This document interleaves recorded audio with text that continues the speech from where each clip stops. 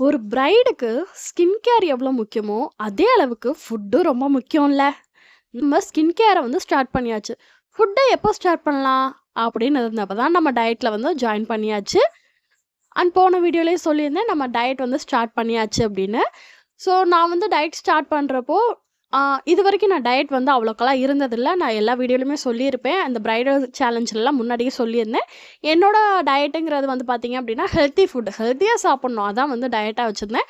But இப்போ வந்து நான் வந்து ஒரு ஆன்லைன் கிளாஸ்ல வந்து ஜாயின் பண்ணி, நான் வந்து ஃபாலோ பண்ணிட்டு வரேன். அந்த மாரி ஒரு டயட்ல ஃபாலோ பண்ணிட்டு வரேன்.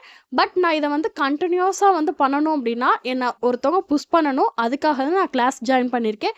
இன்னொன்னு என்ன அப்படின்னா, என்னோட பிரைன் வந்து ஓகே நம்ம டயட்ல வந்து இருக்கோம் அப்படிங்கிறத வந்து கன்ஃபார்மா வந்து ஒவ்வொரு டைமும் நான் ஒவ்வொன்னும் ஆசைப்படுறப்ப வந்து என் பிரைன் வந்து எனக்கு வந்து சொல்லிக்கிட்டே இருக்கணும்.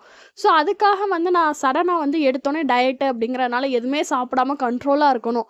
அப்படிதான் இருக்கேன். பட் அத வந்து நான் ஃபாலோ பண்ணிட்டு போனோம் அப்படின்னா, எனக்கு வீக்லி ஒன்ஸ் வந்து சீட் டே வந்து வேணும் அப்படிங்கிற மாரி எனக்கு தோணுச்சு.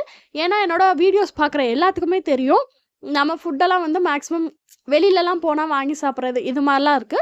நான் இப்ப அத எல்லாமே கண்ட்ரோல் பண்ண போறேன். பட் வீக்லி ஒன்ஸ் மட்டும் எனக்கு ஆசைப்பட்டது புடிச்சத 1 மீல் மட்டும் வாங்கி சாப்பிடலாம் அப்படிங்கிற ஐடியால நான் இந்த ரொட்டீன வந்து ஃபாலோ பண்ண ஆரம்பிச்சிருக்கேன். ஸ்டார்ட் பண்ணியாச்சு. நல்லபடியா போய்க்கிட்டு இருக்கு. இதோட வீடியோஸ் எல்லாமே நான் உங்களுக்கு ஷார்ட்ஸ்ல வந்து அப்லோட் பண்ணிக்கிட்டே இருக்கேன். நீங்க அந்த டயட்டையும் வந்து தெரிஞ்சுக்கணும் அப்படின்னா, மறக்காம நம்ம சேனல் சப்ஸ்கிரைப் பண்ணி வச்சுக்கோங்க. டே 1ல வந்து பார்க்கலாம். Bye bye.